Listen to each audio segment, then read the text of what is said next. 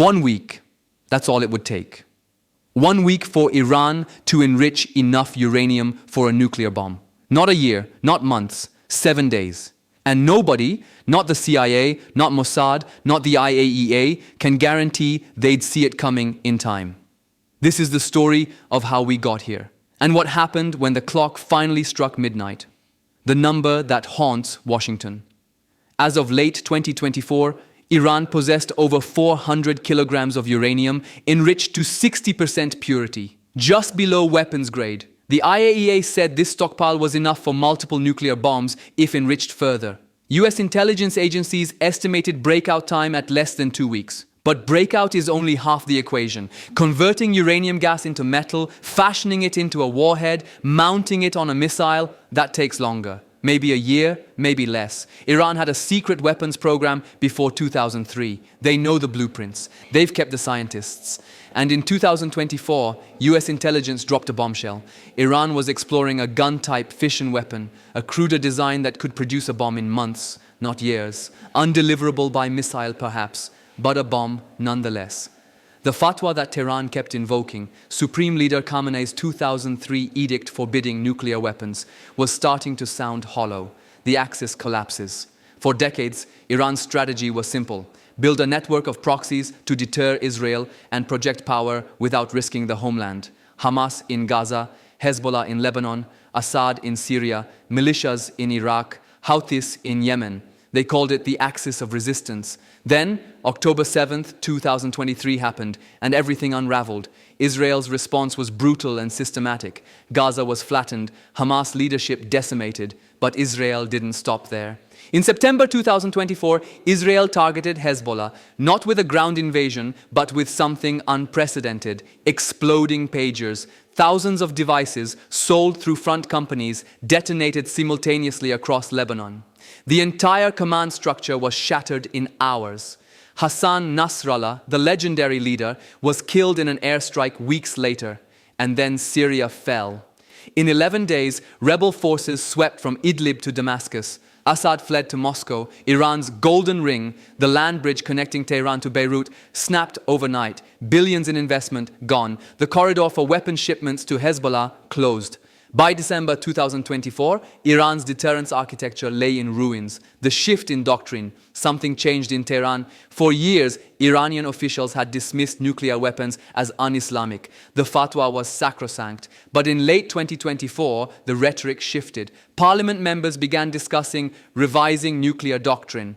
Former Defense Minister Ali Shamkhani said publicly, "If I return to the defense portfolio, I would move toward building an atomic bomb." Lawmakers floated withdrawing from the Non-Proliferation Treaty. The IAEA found Iran non-compliant for the first time in 20 years. Inspectors were expelled, cameras disabled, a new enrichment site was announced, advanced centrifuges spun faster. The international community issued warnings. Iran heard them as permission. Israel sees an opening. By late 2024, Israeli defense officials were arguing that conditions were optimal for a strike. Iran's air defenses, including Russian S-300 batteries, had been damaged in earlier Israeli strikes. Hezbollah, which would have retaliated, was crippled. Assad, who would have provided support, was gone. Russia, which might have intervened, was bleeding in Ukraine. There is an opportunity to achieve the most important goal: to thwart and remove the threat of destruction hanging over the state of Israel, Defense Minister Israel Katz said. Netanyahu had been warning for years that Iran was months away from a bomb. Now, intelligence suggested Iran might actually be moving toward weaponization. The political will in Jerusalem was hardening. The question was no longer whether Israel would strike, it was when. The calculations. Trump returned to the White House in January 2025. His position on Iran was clear: maximum pressure. He'd torn up the 2015 nuclear deal in 2018. He wasn't interested in diplomacy unless it came with total capitulation. Iran's new president, Masoud Pezeshkian, signaled willingness to negotiate. Talks sputtered through spring 2025. Nothing materialized. Meanwhile, the centrifuges kept spinning. The stockpile kept growing. The IAEA kept warning. On June 10, 2025, Trump declared Iran was becoming much more aggressive. The next day, Iran threatened US bases across the Middle East. 48 hours later, the bombs started falling. The largest Israeli military operation in history was about to begin. But would it stop the bomb or accelerate it? June 13th, 2025, 3 a.m. Tehran. The first wave comes in darkness. Over 200 Israeli fighter jets cross into Iranian airspace. In the early hours, they drop more than 330 munitions on targets across the country. Natanz, Isfahan, Fordow, Parchin, military bases, research centers, power stations. But this isn't just an air war. Mossad operatives, pre-positioned inside Iran, disable air defense systems with smuggled precision weapons. A covert drone base near Tehran, established weeks earlier, launches strikes that blind Iranian radar. By dawn, 30 Iranian generals are dead. 9 nuclear scientists eliminated. The headquarters of the nuclear weapons program, SPND, is rubble. Netanyahu announces Operation Rising Lion on live television.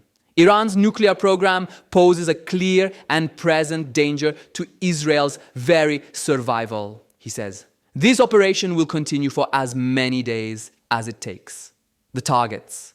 Natanz is Iran's crown jewel, the main uranium enrichment facility. Thousands of centrifuges spin in underground halls, enriching uranium to 60% purity. Israel hits the surface infrastructure, electrical substations, power supply buildings, backup generators. Without electricity, the centrifuges stop. The IAEA confirms the above-ground pilot fuel enrichment plant is destroyed. An Israeli official tells journalists the underground section may have imploded. Isfahan houses research reactors, uranium conversion facilities, scientists. It takes heavy damage. But Fordow is the problem. Buried deep inside a mountain near Qom, protected by hundreds of feet of rock, Fordow was designed to survive exactly this kind of attack. Israel hits the entrances, collapses the tunnels, but the facility itself, Israeli bombs can't reach it. Only American bunker busters can penetrate Fordow, and for 9 days, Washington hesitates. June 22nd, 2025, America joins. President Trump makes the call. B-2 stealth bombers take off from Diego Garcia.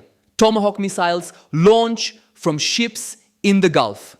The targets, Fordow, Natanz, Isfahan. The weapons, massive ordnance penetrators, 30,000-pound bombs designed to destroy underground bunkers. The targeted facilities have been totally obliterated, Trump announces. Iran's government disputes this. They claim Fordow's tunnels were destroyed, but the facility survived. Later, Foreign Minister Araghchi admits the nuclear sites sustained severe damage. The Pentagon concludes the strikes set Iran's program back 1 to 2 years. Critics say it's months at best. The centrifuges are gone, but the knowledge remains. And so does the 400-kilogram stockpile of enriched uranium, SIPA. Evacuated before the bombs fell. The response, Iran fires back. Ballistic missiles rain on Israeli cities, military sites, government buildings, apartments, a hospital, a research center. The Houthis launch coordinated strikes from Yemen. Israel's Iron Dome intercepts most of the incoming fire, but not all. Casualties mount on both sides. By the time the fighting pauses, Iran has suffered over 1,000 dead, tens of thousands displaced. The government orders internet blackouts. The true toll may never be known. Iran suspends all cooperation with the IAEA. It accuses the agency of passing intelligence to Israel. Inspectors are expelled. The international community that spent decades trying to prevent an Iranian bomb now has no visibility into what Iran is doing. The aftermath. The IAEA estimates that before the strikes, Iran had enough enriched uranium for 10 nuclear weapons. The status of that stockpile is now unknown. Satellite imagery showed trucks leaving nuclear sites in the days before the attack. Western officials believe Iran evacuated critical materials. The centrifuges at Natanz and Fordow are destroyed. But Iran has other sites. It has centrifuge manufacturing capability. It has the scientists who survived. You can't bomb away knowledge one analyst observes. In October 2025, Iran officially withdraws from the nuclear deal, the JCPOA that Trump abandoned 7 years earlier. All restrictions are declared void. Former Defense Minister Shamkhani gives an interview. If I could return to the 1990s, we would definitely build the atomic bomb. The question is no longer whether Iran wants a bomb. The question is whether the strikes delayed it or guaranteed it. The lesson.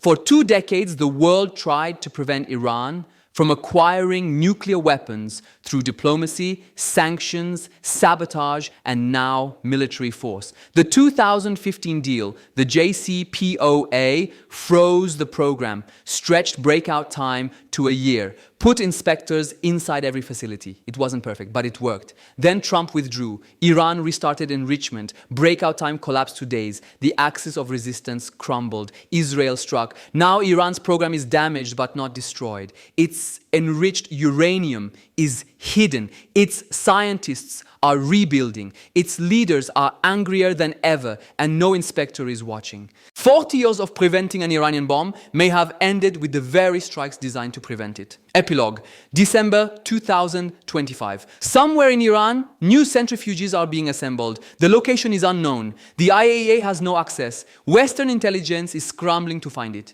In Tehran, officials speak openly of nuclear deterrence. The fatwa is rarely mentioned anymore. The clock that was supposed to stop is still ticking. And this time, nobody knows what time it is.